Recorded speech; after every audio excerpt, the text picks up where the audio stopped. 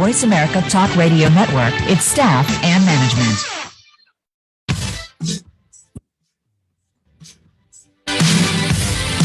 It's time to rock your midlife with Dr. Ellen Albertson.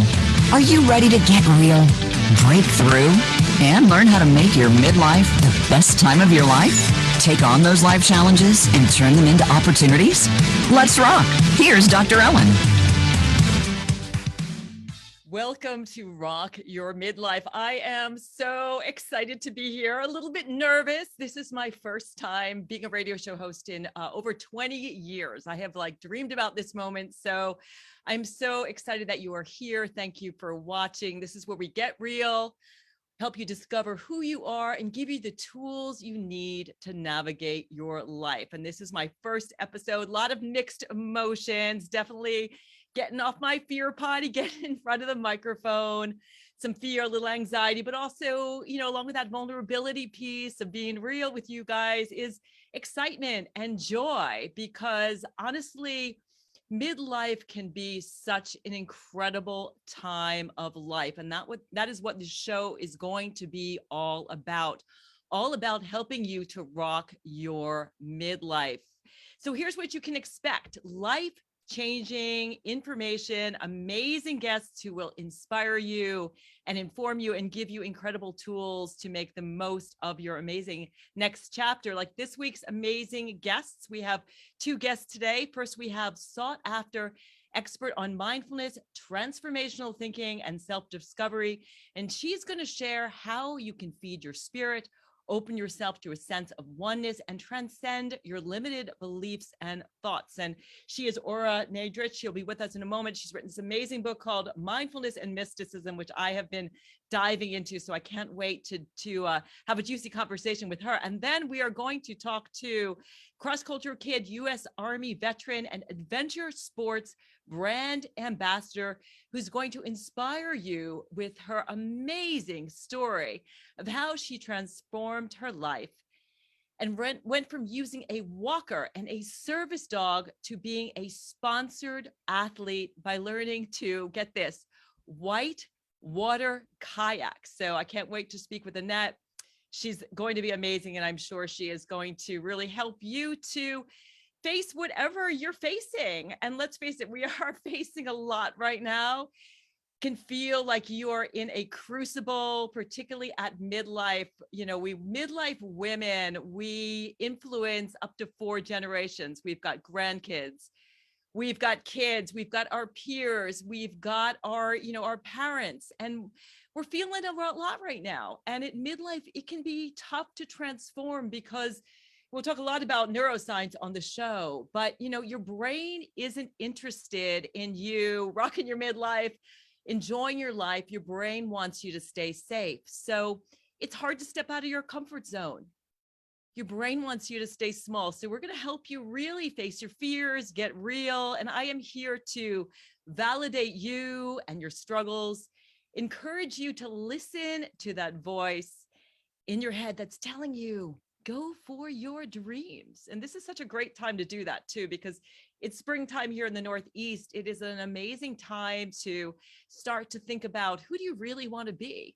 What did you incarnate to be at this moment? Where are your dreams? What difference do you want to make in the world? And I love this quote from the Dalai Lama that I think is so true, that the Western world will be saved by, the world will be saved by Western women.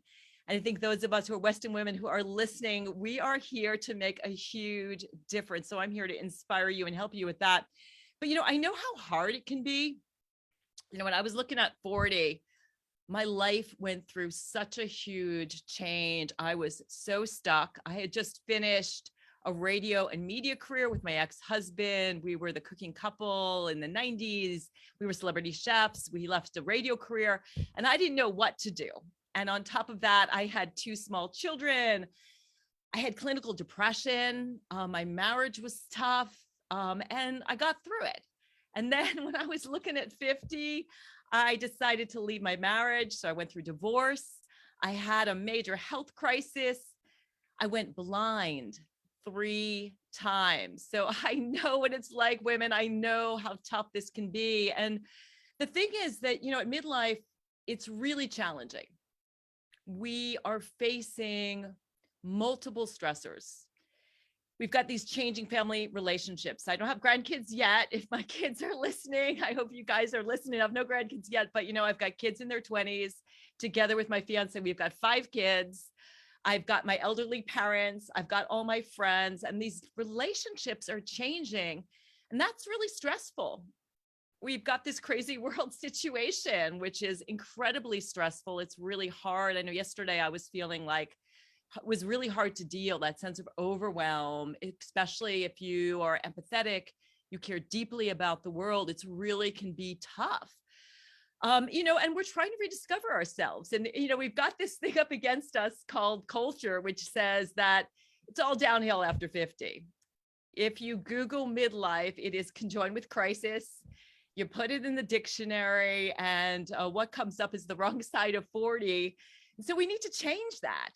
And so this show is going to be all about rebranding midlife, to really think about how to make it the most amazing time of your life. It's really a gateway to your second adulthood. And then, the transformation can be messy. It's definitely caterpillar to butterfly. When the caterpillar becomes the butterfly, it gets really gooey. It literally excretes this acidic goo. It digests itself. Its DNA stays the same, and then when it gets to be that butterfly, to get out of the chrysalis, it's got to fight. So, midlife, it's tough. We've got resources. Maybe we don't have enough. Maybe you're tired. Maybe you're facing, menopause or a health challenge. There's a lot to deal with, but I promise you, if you are able to get a little uncomfortable, get outside your comfort zone and do some things to change. It really starts with knowing yourself, with loving yourself. That was the key step for me that changed everything. Learning self-compassion, learning to love myself, energizing yourself, taking care of your body, taking time for self-care, making yourself a priority. You need to reprogram your mind, change your stories. You need to empower yourself, rehab your relationships, and enlighten yourself. And today we'll be touching on some of these topics. But, one of the things that you can start right now is change your stories. Because when you change your stories, the stories that you tell yourself day in and day out, you really will change your life. So let me give you an example of the stories that we can tell ourselves and how they can transform us when we transform them. When I was a kid, my dad hated dandelions. He would mow them over with his ride-on tractor. He would pull them out with his fishtail weeder. He would poison them with weed killer. And no matter what he did, they just kept popping back up. And when he wasn't looking, I would weave them into my hair. I would make bouquets for my teacher. I would blow the puffballs and I would make wishes. But then what happened was when I became an adult, I had a lawn. And I had those damn dandelions and I grew to absolutely hate them. And I would mow over them. I would yank them out with my weeder. I would poison them. And when my kids were toddlers, I would scream at them for pulling them out and making wishes. And then, I moved out to this amazing place where I live. I live on a beautiful island in Lake Champlain in Vermont, and dandelions are everywhere. I live on 10 acres with my incredible partner, Ken. And basically, we have 240 million seeds of dandelions per an acre. So that's 2.4 billion potential dandelions. So when I moved out here, I changed my story. I realized that dandelions are amazing. They are beautiful flowers. They are incredibly nutritious. They're the first foods for bees and birds, and they actually break up the soil and they make it possible for other plants to grow and thrive. Our ancestors, the first settlers here in North America, actually brought them over because every part is useful. They're great for food, medicine. You can even make dandelion wine. And so I'm learning to embrace and love this amazing plant. It's very useful. And that's kind of the way that I look at the weeds in our lives. When we have obstacles, when we are facing things, when we are really having trouble moving forward in our lives, it's those weeds, right? Those weeds are what really are here to teach us. Those weeds are like wisdom plants that we need to take a look at and breathe and be mindful around what we're going through. So we need to realize that weeds are really useful. The second thing is midlife. It's such a powerful time to rediscover your magic. And there is something so magical about that dandelion in that, full form where we blow on it. Each dandelion makes 174 seeds. It's this perfect geometrical shape.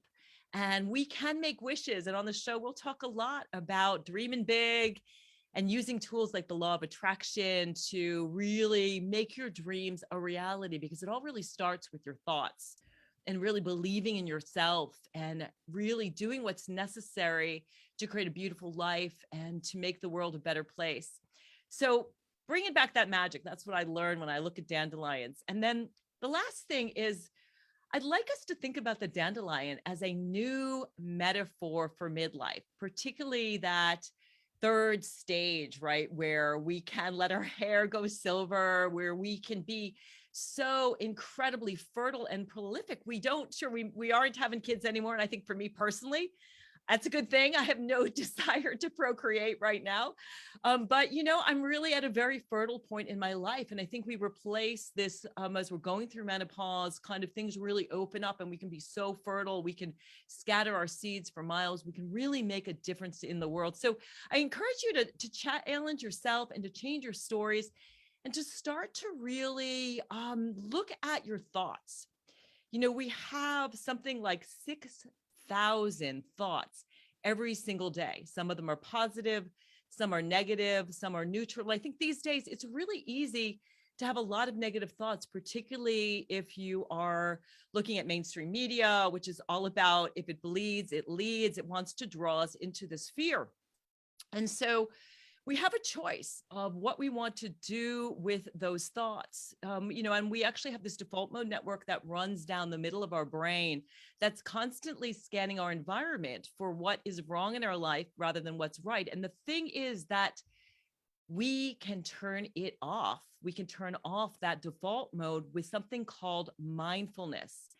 And instead of busily looking for answers outside of ourselves, and relying on distractions and stimulants and materialism and other external influences that we believe will bring us meaning and somehow help distract us from the difficult emotions that we are experiencing, we have the ability to become awake, to become more aware, to become present and mindful. And really mindfulness, practicing it on a day-to-day basis will really help to rein in these thoughts, help us to stay focused and present, and we can really steady our busy mind. And our next guest, who I am so delighted to bring on the show, is Ora Nadrich. She's really here to help us out. She is a pioneering mindfulness expert. She's an international keynote speaker and coach, and she's the founder and president of the Institute for Transformational Thinking. And she's here to share her wisdom and talk about her beautiful new book. So if you're watching, I have it here. I have been so enjoying it. It's 2-color and it's just, you can read it from cover to cover, or you can open it up. It has beautiful quotes, nuggets of wisdom, and it will really help you to be more mindful and really touch the divine within yourself. So welcome to the show, Ora. I'm just so excited that you are my first guest on Rock Your Midlife. Wow. Thank you so much, Ellen. How exciting. Thank you for having me. And I'm so happy to be your first guest. Yes, I have to say, and I love, if people are watching, your necklace, your whole aura is amazing. It's, and your name, everything. I just love your presence, and it's just so lovely to have you here. So I'm curious, how did you find mindfulness? We found each other. But really what's interesting, the more I'm asked that question, there was a time where I was asked that question a lot, and I would go really to talk about the trajectory of how I went into the wellness field and really discovered the mindfulness practice. And that was a game changer for me. But what I want to add to that is that I think back to when I was a little girl. And when I was a little girl, I used to love to lay out in an open field of grass and look up at the sky and watch the clouds moving across them, because it fascinated me that you could look up at the clouds and literally as slowly as they were moving, if you looked down and you looked up, that one cloud that you were focused on was gone. And I think back to how much joy that gave me. And children are very present anyway. They really are very easily in the present moment. So there I was, very present, loving the very thing that is talked about in meditation today, where thoughts are like clouds moving across the sky. They don't stay in the same place, meaning that our thoughts don't attach onto us, we attach onto our thoughts, we hold on to our thoughts. So that's a wonderful metaphor about using clouds, and that's very integral to the mindfulness practice. It all really very synergistically happened for me. It was a series of events coupled with what I think is my true authentic nature, as I just described. Then I came along different modalities in the wellness field. I was a meditator for many, many years. I had studied transcendental meditation. Then I went into so many different learnings and teachings in the wellness field, found mindfulness, resonated to it deeply, became certified as a mindfulness meditation practitioner. And now I'm teaching and writing and, doing workshops and everything I possibly can do to shine the light of mindfulness onto the world. That's how much I love it. Yeah, that's beautiful. And I love what you said about it found you. And that was kind of how self-compassion found me. I was looking for a dissertation topic, and my mentor said I should teach people meditation. And then I was found Kristen Neff. And so it's so interesting. And I think that's so true at midlife, when we open up to what we need, it finds us. Absolutely. And, just hearing your introduction, which there were so many points that you touched upon that I really can relate to. When I wrote my first book, I too was a mother. I had 2 small children. Talk about reinventing yourself, and you look back at your life at the different trajectories of where you were at. I was an actress for 10 years. In my 20s, I became a writer. You never know where your life path is going to take you. And then you find yourself one day doing something that is so resonant to your heart and soul, but you're a changed woman at that point. You're not the same person you were when you were at the beginning of your life journey, obviously. And what's beautiful is that you could change that at any time and at any age. Yeah, but the cool thing is too, just like caterpillar to butterfly, your DNA stays the same. So there's this sort of eternal part of you, that observer that you can tap into, that stays the same as you start to change, how you are showing up, what you're doing in the world. So for people who are new to this idea of mindfulness, how do you define mindfulness? And can you share a couple of tips from your amazing book of how people can start practicing mindfulness? Mindfulness, really the essence of mindfulness, that it is the practice of being present. So what does that really mean? That means that, there's a study out of Harvard that says that our mind wanders almost 50% of the time. Well, where does it go? Where is our mind usually? Okay, well, I can tell you that it's either in the past, which has come and gone. The past is no longer here. So what we do is we lament, we ruminate, we wish things had been different, and we're going over it in our mind when in fact that time no longer exists, or we're anticipating the future, oftentimes with anxiety or dread. And where we have the hardest time being is in the present, which is why mindfulness is such an invaluable practice, because what it does, it helps you become aware of where you are in the moment. Are you distracted? Are you thinking about what you're going to do later or what you're going to have for dinner? Are you talking to somebody and you're only half listening to them because you're thinking about what happened yesterday? We are very distracted human beings, so where the mindfulness practice comes in is it's really starting a daily practice of having an awareness of where am I right now? Where am I in this moment? I'm here in this moment with you, Ellen. We're having this interview. We're having this conversation. I'm not thinking about anything else.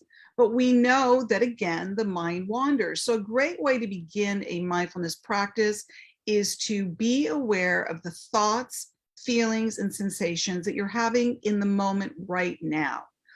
am I distracted? If I'm distracted, how am I feeling? What am I feeling? Why am I feeling what I'm feeling? Why is it hard for me to be in this moment?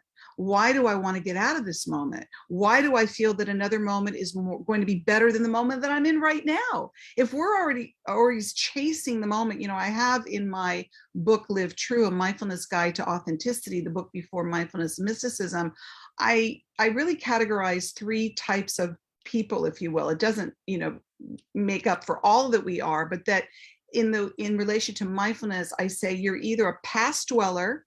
Can people relate to that? They're always thinking about the past, or they're a future chaser. They're always, the next moment's going to be better and the next moment's going to be better. Or are you a present experiencer? Are you someone who's in the present moment and really fully experiencing what you're experiencing? So those 3 categories are super helpful for somebody to start their day and go, hey, wait a minute. Yeah, I tend to dwell a lot in the past. Let me bring myself into the present moment when I'm starting to slip out of the moment. Gently bring myself in the moment to go, be in this moment right now. This moment is enough. Or if I'm anticipating the future with anxiety, let me bring myself into the present moment by saying, the future isn't here yet. Let me enjoy the moment of now.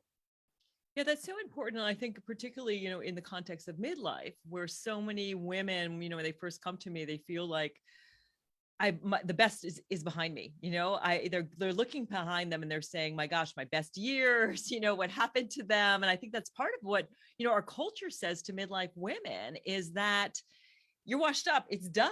You're not youthful anymore. You're not relevant. And I think that we're kind of fighting back and saying, yeah, no, we're here. And I think being present, it's so important too, that to be present, because if we're focusing, on what isn't working, didn't work in the past, or just focusing on either fear in the future, that's affecting our present reality. And our present reality is the only time we have. Absolutely. I say that's the time we're most alive in because we're in it right now. And when you talk about, the inner critic or women, in their midlife saying, oh, I used to be so much, thinner. Oh, I used to be in such better shape. Oh, I was, my body worked better. Be aware, be mindful of the thoughts that occupy your mind. Be aware of, are you constantly undermining yourself? Are you constantly critiquing yourself, thinking that the past, again, that's ruminating or being, sort of lamenting the past? How is that affecting you right now? How do you really embrace yourself? How do you support yourself? How do you nurture yourself now by not comparing yourself to who you once were? You said your DNA is the same, but we go through these beautiful transformations as women. We must celebrate ourselves. We must support ourselves. And we must, as I say, fill the well. I use that metaphor that we as women are very nurturing, we're giving, we're constantly, we're mothers, sisters, wives. We are the healers, the lovers, the medicine women. There's so many things that we do. How much are you giving out, and are you depleted? And how much are you filling your own personal well by nurturing yourself, by self-care? Did you take that bath and light those candles and put the essential oils in your bath? Did you take that mindful walk today? What are the things that you can do that are about self-care as a midlife woman, and not let it steal the valuable, beautiful moments that you can have right now by comparing yourself to when you were younger? It's a complete waste of time. Yeah. So in 2 points I want to pick up on, the self-care is so important. One of the things I see with people I work with, women I talk to at midlife, is they feel guilty when they care for themselves because we've been taught to put everybody else first. But you can't give from an empty cup. So if you're listening, you need to give from your overflow.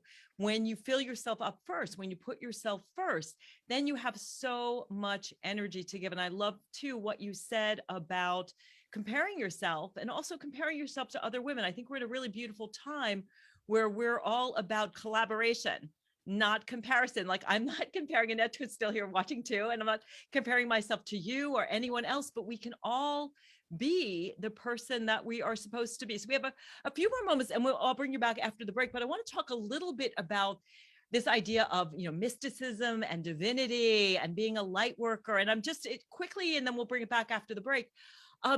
how does mindfulness help us connect with the divine and with being a light worker? How does it fuel all of that sort of ability? And you talk about the book beautifully about supernatural, that we can be supernatural, and that connecting with mindfulness and having a mindfulness practice can help us. Absolutely. Mindfulness as the practicing daily practice of mindfulness, if you will, what I notice on my mindfulness practice is that the moments of my life became richer. And as they became richer, I was able to really feel these states of awareness that felt very magical to me. And that's why I explored mysticism, which really is accessing the divine, whether it's the divine that you define outside of yourself, be it God, God presence, unity consciousness, the absolute, whatever that is defined for you, that feeling that maybe is invisible in its image, but that you connect to something that feels higher, that feels more sacred and more holy. Mindfulness, when you practice mindfulness, I say it's the gift that keeps on giving. You start to see that the more present you are, the more aware you are. The more aware you are, the more you see, the more you notice, the more you're able to let things in that give you these extraordinary states of awareness, consciousness, feeling that feels very divine. Hold that thought. We will pick it up after the break. Hey, you are listening to Rock Your Midlife. I am talking to Aura Nadrich. And after the break, we're also going to be joined by Antoinette Lee Toscano. We're going to be talking about her great transformation, more on mindfulness and mysticism. Hey, if you want to get in touch with me, please check out my website, dr.ellen.albertson.com or themidlifewhisperer.com. You can connect with me there. You can follow me on Instagram at The Midlife Whisperer and learn more about my books and my other offerings. And we will be right back off after the break with more amazing information that you can use to help you rock your midlife. All right, we're all clear. Great segment. Thanks. And I did not record it. Thank you. I'm sorry. I have to figure out how to, are you, Antoinette, are you comfortable just there? I'm sort of figuring out how to make the trains and everything run on time as I'm also trying to perform. I'm all good. Yeah, because I mean, I think ideally it's nice to have two guests on and have you guys dialogue a little bit too, like maybe bringing you back and having you ask or a question. Sure. Did you want me to ask her a question at the start of my interview or after? I'll ask you to, or do you want to stay to the end of the show, or do you need to leave? Because that's totally up to you. Do you know how long I just need to know the time. It'll goes to the top of the hour. So 3:00 my time, noontime your time. Okay, that's fine. Okay, and then you can ask on Antoinette a question too, and maybe we'll wrap up and talk a little bit about our midlife experiences. So thank you for your patience. It's ironing things out a little bit here. So you're doing great. Oh, yes, thank you. You are. Thanks. I'm a Leo rising, so I like being in front of a camera, but I have to figure out how to get the, I don't know what Facebook is looking like. I should see what that kind of looks like. Oh, good. They're not, yeah, it's just the three of us, I think. And they've stopped it for a moment. No, here. Yeah. Okay, let me get out of Facebook. All right, the joys of live radio. I think live radio is fun. We'll be taking calls at some point too, once I establish more of an audience. So.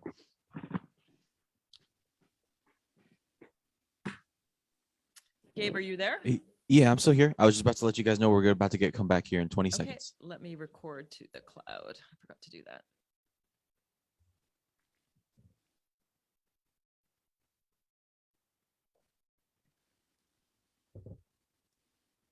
Talk station, number one talk station. VoiceAmerica.com.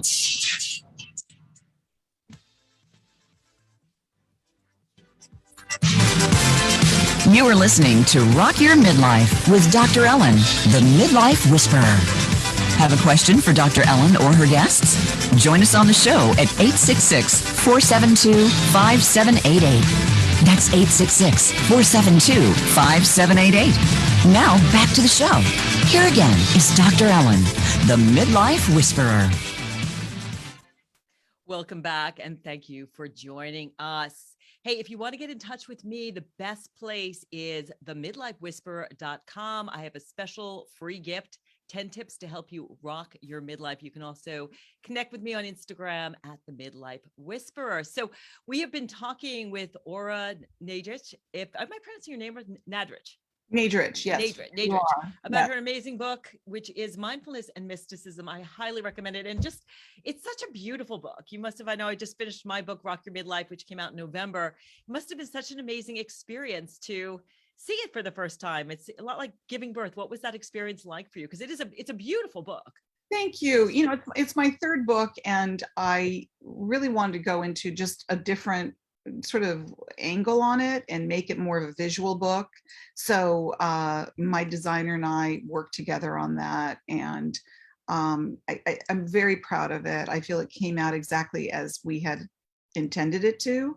And, you know, you read a lot of books and it's just a lot of words to paper, and a lot of what I was writing about felt very visual to me. So I certainly tried with Dimitri and I, we tried to do as much as we could to make the visual companion to the book, if you will. So I'm so glad that you appreciate the visual aspect of it.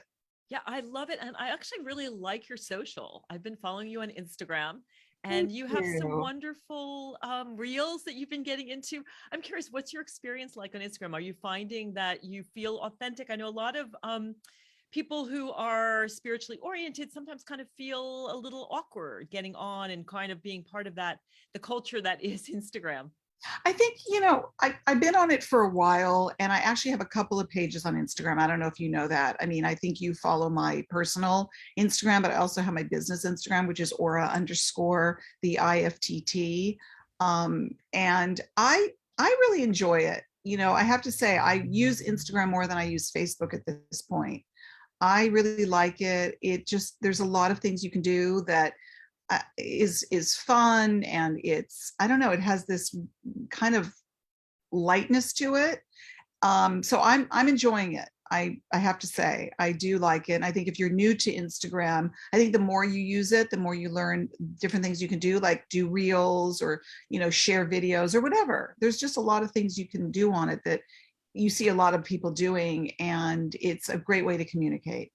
Well, it definitely shows. So I have one final question for you about why is connecting with the divine and mysticism and mindfulness so important right now? I mean, you know, clearly we're going through so many difficult times with what's going on in Ukraine, with what's going on in the planet, with what's going on in the economy. We're finally getting over COVID, hopefully, and we're trying to take a breath. But how can mindfulness and connecting with the divine and mysticism serve us now?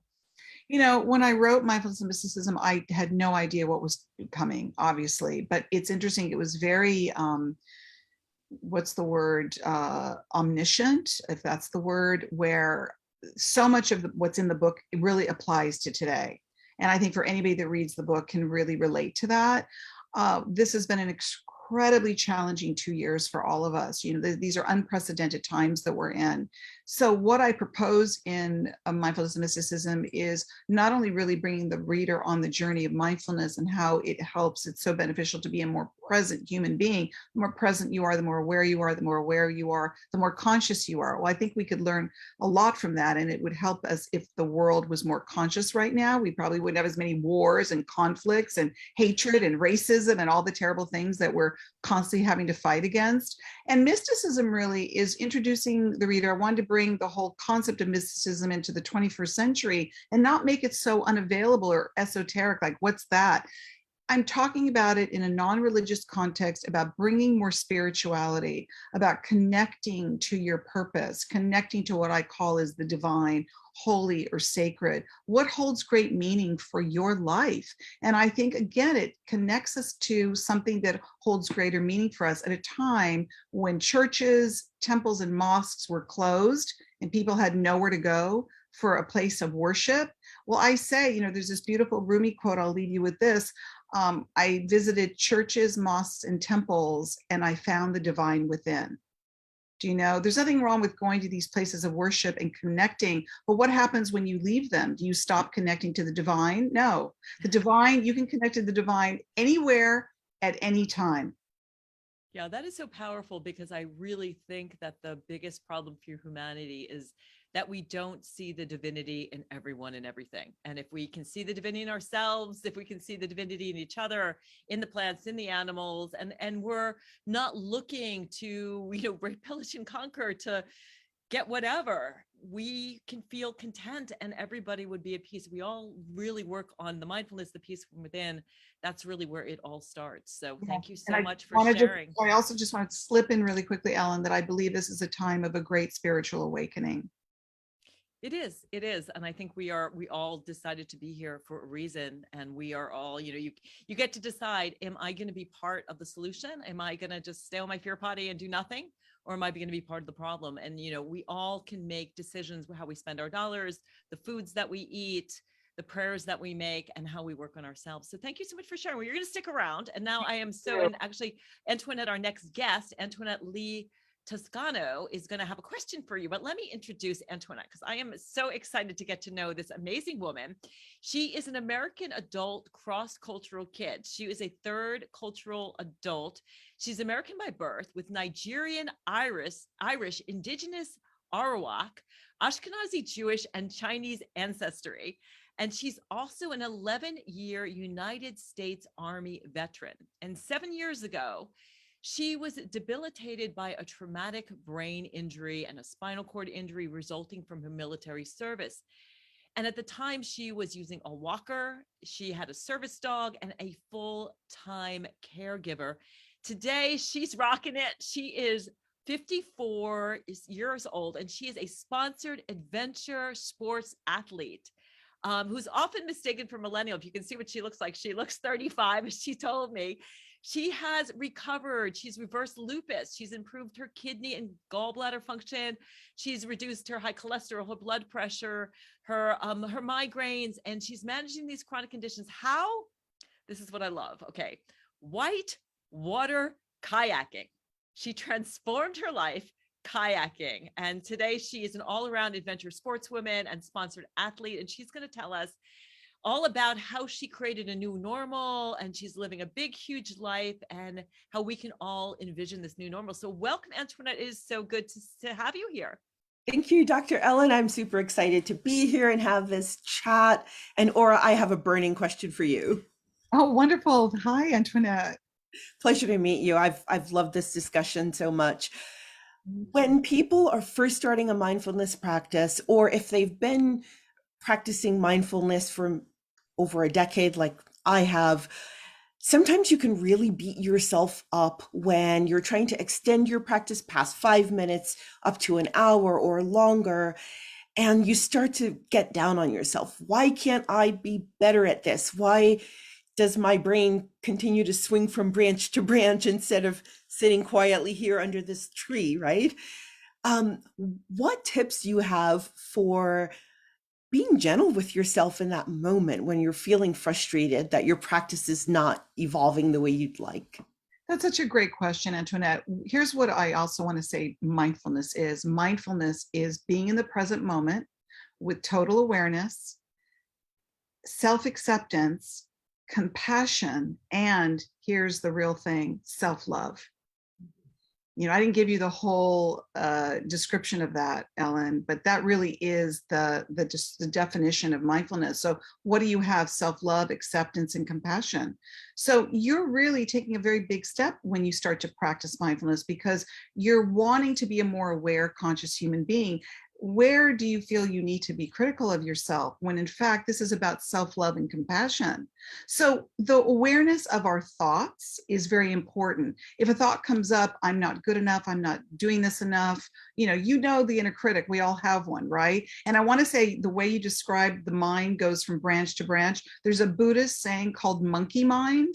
The mind is like the monkey mind. So what do we see with a monkey? A monkey goes from branch to branch to branch and isn't very still. The mind is like that. It's like a troublemaker. So we need to master our thoughts. And when a thought comes up that says, I'm not this enough or I'm not that enough, what I suggest is I have something called the Says Who method, which was my first book. And I don't want to go into a whole thing about that, which is really questioning the thoughts that you have. And I have a technique called the release and replace technique. So if a thought comes up that's negative and undermining and sabotaging and does not support your well-being, I want you to replace that negative thought with its positive counterpart. So if it comes up at any given moment, and it will, I'm not this enough, say to yourself, how can I replace that thought with something that's supportive right now? What thought is going to help me right now? What thought is going to be useful to me right now? What thought is going to be supportive of my well-being right now? Very powerful. Thank you for that. And that is beautiful. And to say too that compassion and mindfulness are two wings of the bird. We need both of them. And one of the most compassionate things you can do for yourself is to practice mindfulness, because it gets you out of that crazy monkey mind where you're ruminating.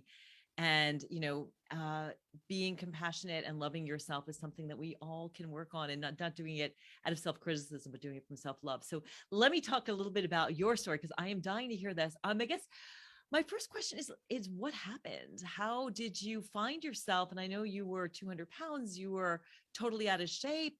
Tell me a little bit how you got to this place of, basically it sounds like you hit rock bottom. Yes, sure. So I had been a competitive power lifter and bodybuilder, and someone my entire life I've been very health conscious. And I don't want to go too deep into what happened, because my literary agent will kill me, because I have a book coming out next spring, 4 Hours to Live. So that tells you that I went through something huge.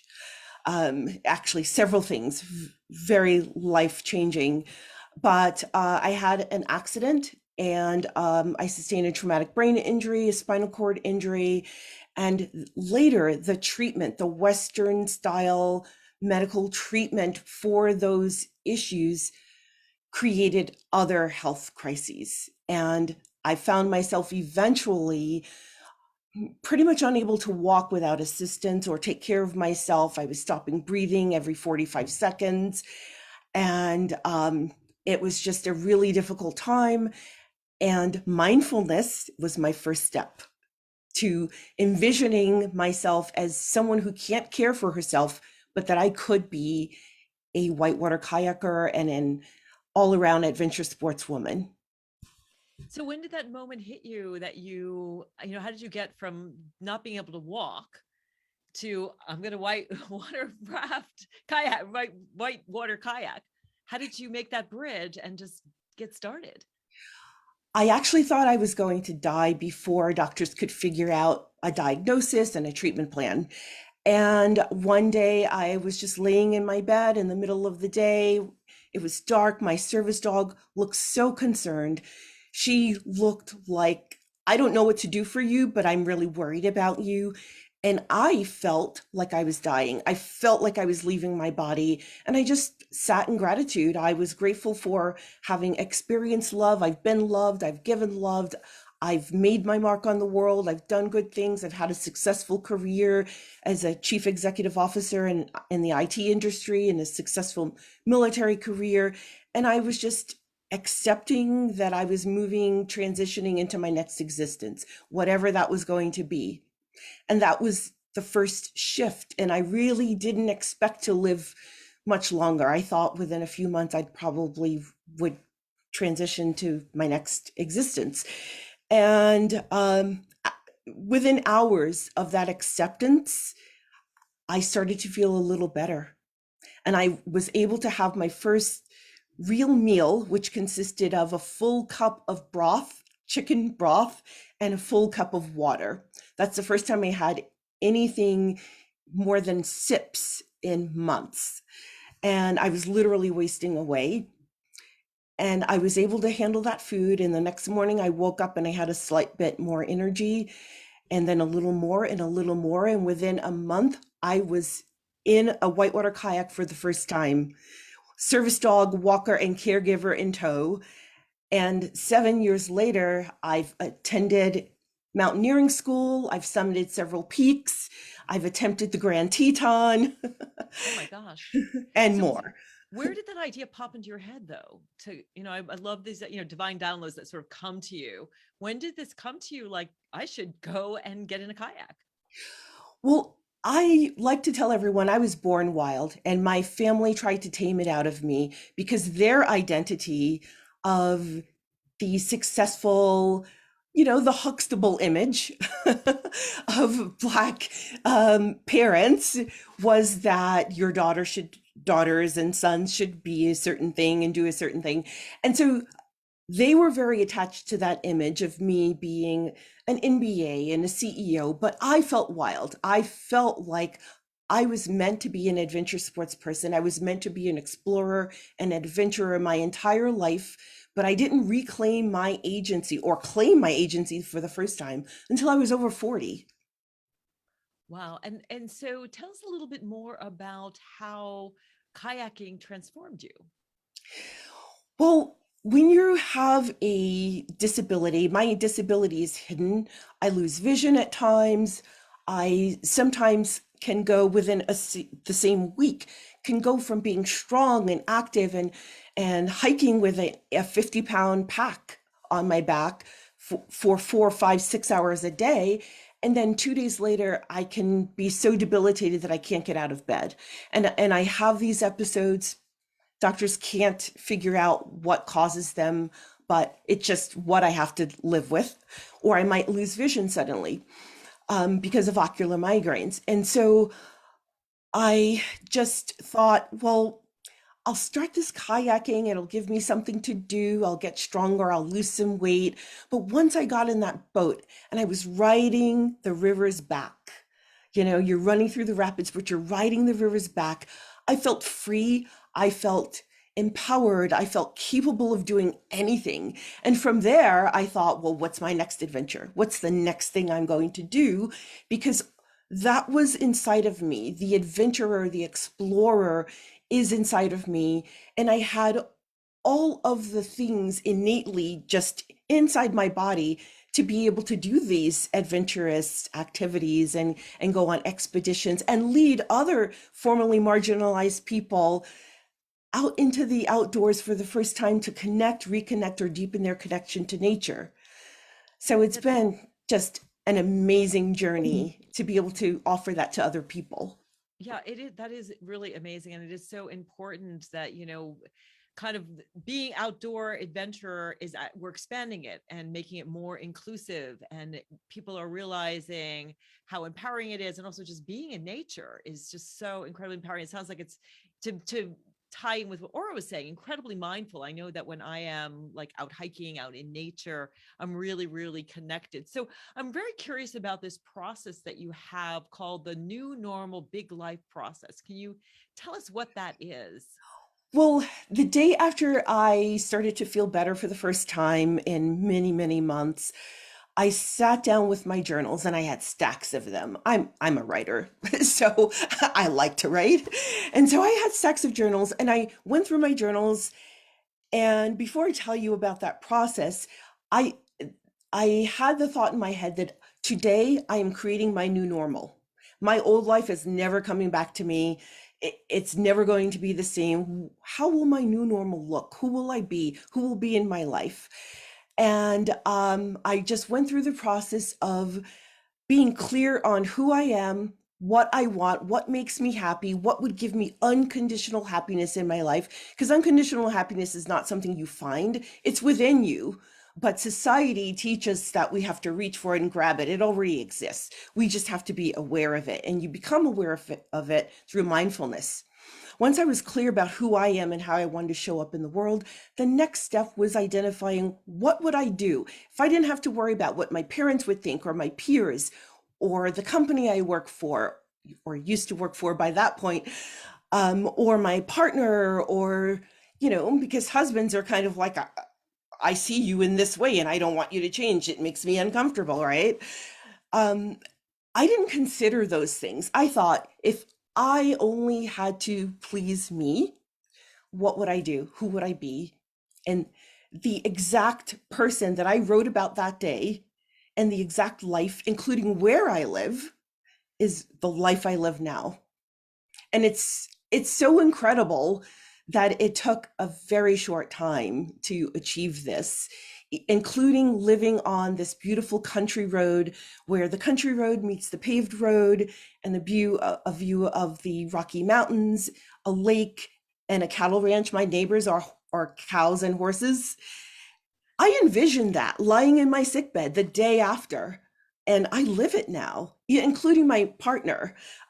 He's an amazing all-around outdoorsman who was looking for a woman just like me, and we found each other down by the river. Oh, that's an amazing story. So for the women who are watching, that's why I was so excited to have you on. And my story is kind of similar too, of just saying, you know what, who the heck do I want to be? And you're such an inspirational woman to say, this is who I wanted to be. And I envisioned it, and I didn't give a shit about what anybody was going to say or do. This is my life. I'm going to make it happen. And that is such an important thing, to get off the fear potty and make it happen. So we have a few more minutes. Aura, do you have a question for Antoinette? Well, Antoinette, your story is nothing short of extraordinary. And, what comes to mind for me hearing your story is that the thoughts that occupied your mind that got you to where you are today, what really won out were the thoughts that told you you could do this. Because it just goes to show you that when we give into the negative and fear-based thoughts, we really can't manifest what we want. And even though they might come up, we have to say to ourselves, thank you very much, thought, but you hold no useful purpose for me whatsoever. So whatever occupied your mind, even though I'm sure you experienced some real, dark nights of the soul, I'm sure that was a very painful, difficult journey to be on.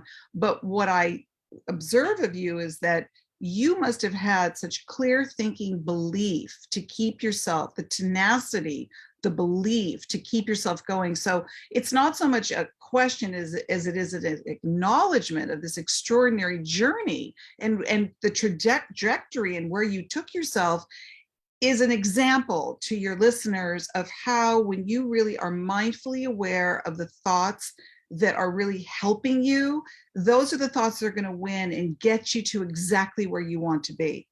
And absolutely. give those thoughts the power. And in the adoption process, I identified as Jewish. And I didn't know this. Even my parents, who are Black, also said, you're Black. You're Black, right? You have to stop hanging out with the Rabinowitzes and sitting Shiva because they're not your family. And I was like, Mommy, I'm sure I'm Jewish. And they're like, yeah, no, but I am. We are, ladies, we are out of time. This has been a total delight. And I thank everyone who has been listening. You guys have made my day. I came on not knowing what to expect on this first show. And I so appreciate both of you showing up as yourselves. Real quickly, website, Aura, where can people find you? And the book is Aura. Thank you, first of all, Ellen, for having me. It was great. Loved doing your first episode with you. auranadrich.com. auranadrich.com. And Antoinette, where can people connect with you? All of my handles, website, Instagram, and Facebook is Antoinette with an O, the French way, Antoinette Lee Toscano. That's it. And if you want to connect with me, just go to, I'm losing my train here. Go to the midlifewhisper.com, and there will be show replays on there as well. You can connect with me on Facebook, Instagram, LinkedIn. We'll have this up on YouTube eventually. I have a wonderful free gift for you. 10 tips to rock your midlife. I have to have both of you on, and I want to meet both of you. So with things opening up, you have so inspired me to white water raft, and I would love to go to one of your teachings or retreats, Aura. So thank you both so much for being on the show. This has been an absolute delight, and just feel so inspired for my first show. And I'm so glad that I jumped off and did this just to have met both of you. Thank you so much. Thank you. So great to meet both of you too. Thank you, Ellen. Pleasure to meet you both. Thanks for having me. Thank you all for listening, and we'll catch you next week on Rock Your Midlife. All right, we're all clear. Great show. Was timing good? All right, ladies, thank you so much. So stay in touch, and I would love to have you both back at some point. And anything I can do to support you, let me know. Thank you so much. Thank you, Ellen, and nice to meet you, Antoinette. Yes. Yes, I'll be getting Mindfulness Mysticism. I love it. It's a great book. Take care, Yeah. Dr. Ellen. I got to Thank bounce you to the so next show, much. but have a great All one. right. Bye, And everybody. if you guys can promote, that would be awesome. Just Yeah. anything you feel Yes. like you want to do, that would be super. So thank you Sure. so much.